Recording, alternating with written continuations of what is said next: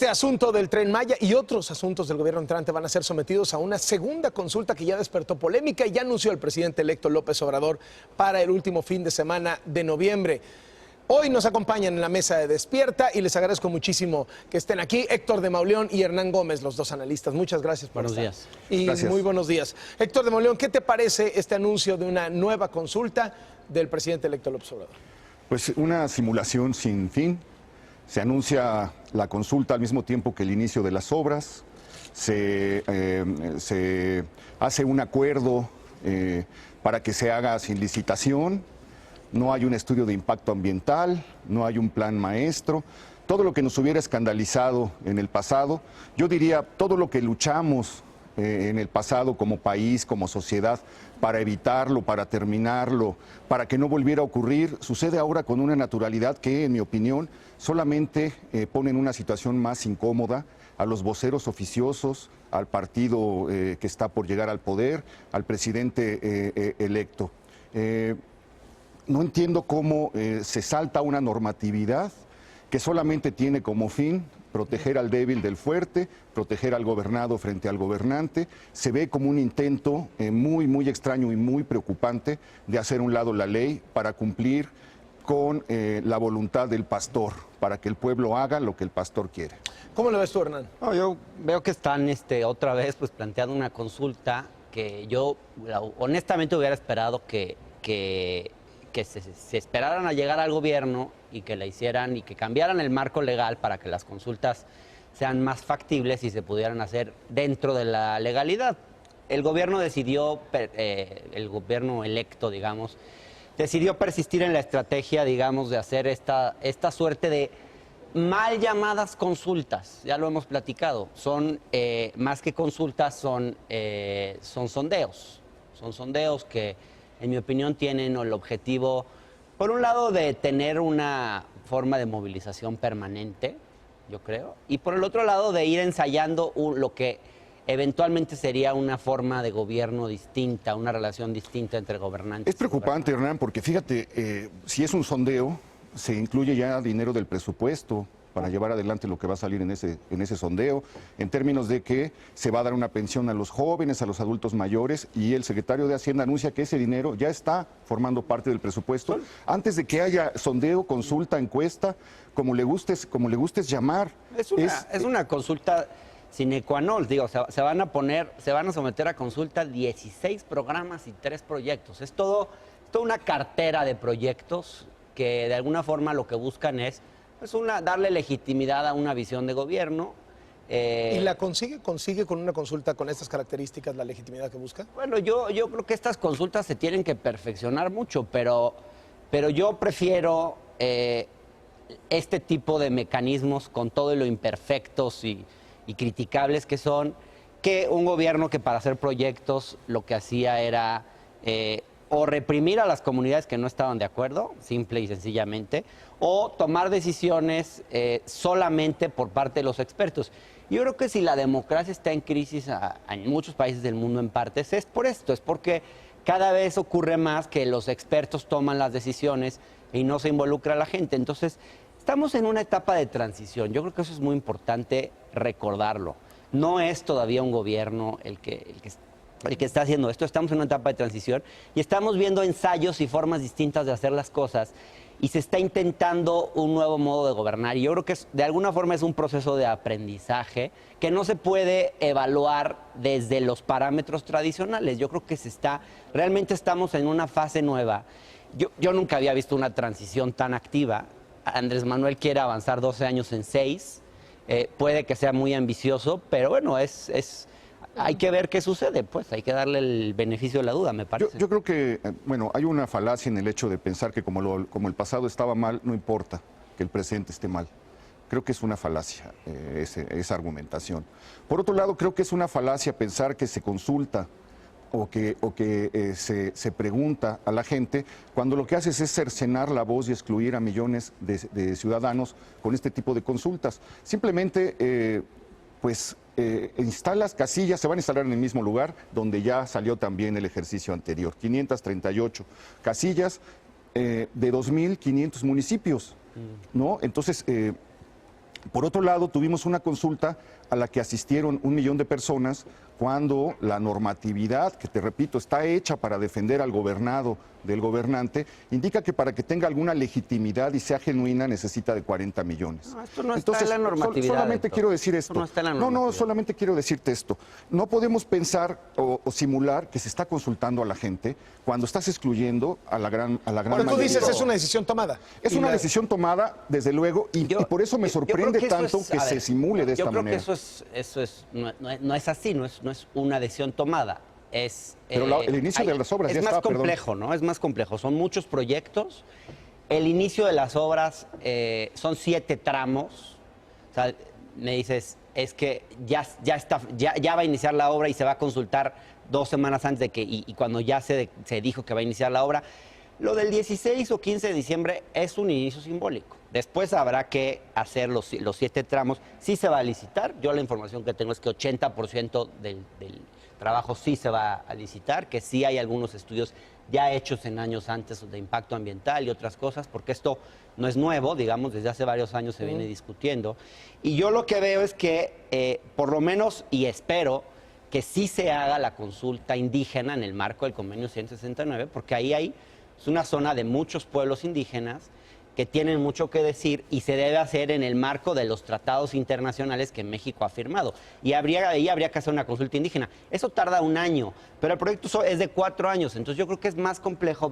Hay que irlo viendo en detalle porque son varios tramos y habrá que ir discutiendo cómo afecta cada tramo, a qué comunidad y cómo se va resolviendo. Déjame les pregunto, ¿qué señal manda Andrés Manuel López Obrador, presidente electo, con esta decisión? Porque hay quienes leen y dicen, pues ahí está otro manotazo de poder, otra señal de fuerza diciendo, ¿no les gustó la del aeropuerto? Van 16 Pues más. ahí les van 16 Pues sí. igualitas. Yo les había prometido que la siguiente era, ya con todas las de la ley siendo gobierno, pues ¿cómo ven que no? Para que quede claro quién manda aquí. ¿La ves así? Pues es una lógica de construcción de poder de López Obrador. Yo creo que sí, claro que sí hay una cosa como un poquito traviesa de quererlos hacer enojar. Y de alguna manera le sale muy bien, ¿eh? Le sale muy bien.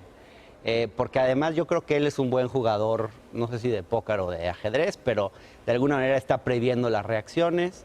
Estas críticas que ustedes están haciendo, yo creo que él ya se las imaginó, las previó ¿sabes qué me y son parte de su propia construcción de poder ¿Sabes que qué lo me benefician. pregunto, Hernán? Porque yo creo que en vez de jugar su juego, la oposición está en un juego, yo creo que un poco perdido. O sea, a mí me parece que... ¿Cuál oposición?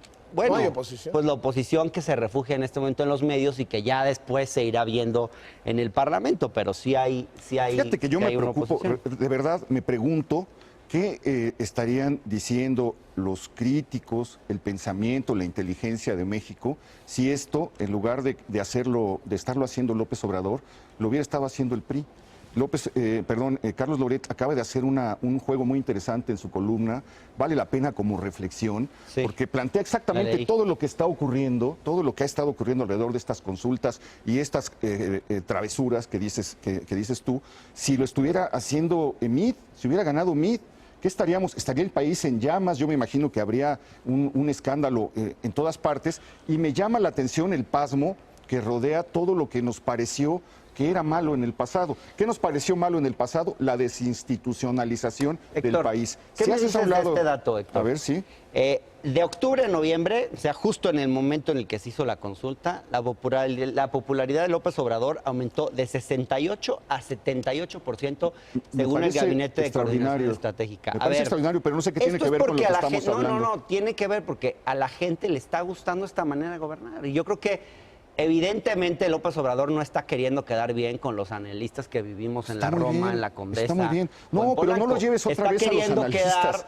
está Es que no queriendo, es un problema de está los queriendo analistas. sustentar una base social en grupos de gente del país que no han sido escuchados. A él le importa lo que piensen los ciudadanos de la Huasteca, lo que piensen los de la montaña, lo que piensen...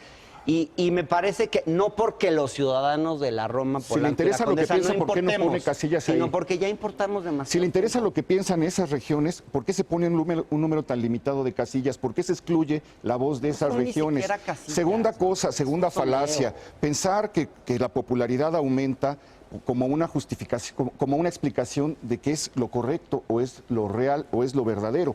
Eso simplemente es un recurso de los populistas y de la demagogia, porque el halago de las masas es lo que es la condición natural. Yo sé que a ti las masas te asustan, No, a mí no me asustan. Pero en una lógica, no pongas, la gente quiere más democracia. A mí no, en yo este también. país la gente quiere más democracia. ¿Tú crees que hay alguien que no quiera más democracia? Precisamente como habemos tantos que queremos más democracia, nos parece alarmante y preocupante que todo se reduzca al capricho de un señor. Pero es que ustedes no salen de una idea de la democracia.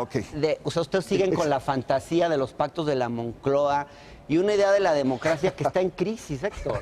Explícame. Hay que ensayar nuevas formas de democracia. Explícame la nueva idea de la democracia, de verdad. Me gustaría escuchar cómo es democracia. Pues es una democracia en la que la gente, el ciudadano común, tiene una voz. No solamente eliges un representante y después te vas a dormir a tu casa y en 6 años, enojadísimo, eliges al del otro partido porque no te funciona. Pero nadie está proponiendo o preguntando eso. Mi pregunta es muy sencilla. Si de verdad te interesa tanto la voz de los ciudadanos, ¿por qué vas a repetir una consulta en la que solamente el 1% de los ciudadanos se pronunció? Eso te lo compro. Yo creo, no te lo estoy yo critiqué mucho la consulta anterior, Héctor. La criticamos aquí, yo nunca defendí la forma en que se hizo la consulta, es más, te voy a decir algo, yo creo que si López Obrador quiere realmente apostar a la democracia participativa, debe tomársela con mucha más seriedad, porque el riesgo es desprestigiar estos mecanismos con este tipo de consultas. Es un riesgo, Es un riesgo. Completamente de acuerdo. Ahora, López Obrador toma muchos riesgos y luego le salen bien las apuestas que toma. Vamos a ver, porque si eventualmente se aprueba una legislación y las consultas se empiezan a hacer de otra manera, y además hay que hacer mecanismos de democracia participativa, no solamente consultas. Yo creo que, yo espero que lo del Tren Maya realmente se discuta de forma participativa con las comunidades, porque eso es lo que realmente importa. Yo creo que ese es el medio del asunto. O sea, nadie está diciendo que no tengan una voz. Democracia participativa. Y que sean procesos de si realmente lo es. Exacto, y que sean procesos de deliberación, porque es mucho más complejo que ir y votar palomita sí, palomita no, en una opción u otra. Tiene que haber discusión, tiene que haber deliberación pública. Yo creo que ha habido reuniones por lo del Tren Maya, según la información que tengo, ha habido muchas reuniones con comunidades, pero bueno, yo espero que estos proyectos eventualmente sean sujetos de deliberación, porque también solamente votar una consulta en la que uno tiene poca información es insuficiente. Si no quieres desgastar estas formas amplias de democracia, lo que tienes que hacer, o lo que es necesario, es que no repetir los errores de la consulta anterior.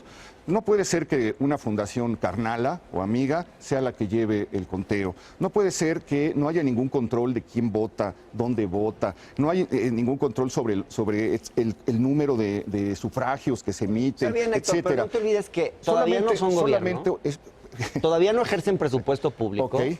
Entonces todavía no es genuina. Entonces todavía no es genuina la consulta. Y no te olvides, por lo tanto no puede ser vinculante en este país por ley nada. el presidente puede tomar decisiones de infraestructura casi solo con la simple aprobación presupuestal del Congreso. ¿Para qué la simulación de una consulta? Porque él quiere mantener a la sociedad movilizada y quiere ensayar con nuevos métodos de participación. Está muy bien. Chance. No, si ¿Por qué te molesta tanto? No, a mí no me molesta, a mí me preocupa que quedemos sometidos a los caprichos de una persona, y lo que es muy grave, porque la historia lo muestra y ha pasado en todos los lugares donde ha pasado, ha traído malas cosas, es la desinstitucionalización de un país. Cuando tú haces a un lado eso para dejar nada más el campo abierto a los deseos de una persona, los resultados están a la vista en los libros de historia. Qué bueno que hablas de institucionalización. Yo creo que en México las instituciones, hay una creencia en ciertas analistas de que las instituciones son algo que en realidad no son. Se creen las instituciones como tótems, como si realmente fuéramos esto que dice la Constitución, una democracia representativa, democrática y federal. Yo veo que en la realidad somos más bien una oligarquía, una plutocracia, no sé si definir a veces una especie de fificracia, ahora que estamos con este término de fifís, pero que en realidad las instituciones reales son las que existen y las que dominan todos los días, no esas instituciones que idealizamos y que no existen en la realidad. Son imperfectas, son capaces de ser mejoradas, pero son las que tenemos simplemente por una cosa, porque es lo único que garantiza que los abusos del pasado no se vuelvan a instalar en el presente ni en el futuro. Nadie está en la línea de destruir las instituciones. Qué bueno. Les agradezco muchísimo que hayan venido en la mañana. Buena discusión. Gracias por la invitación. Y muy buenos días. Gracias, Héctor de Mauleón. Gracias, Hernán Gómez.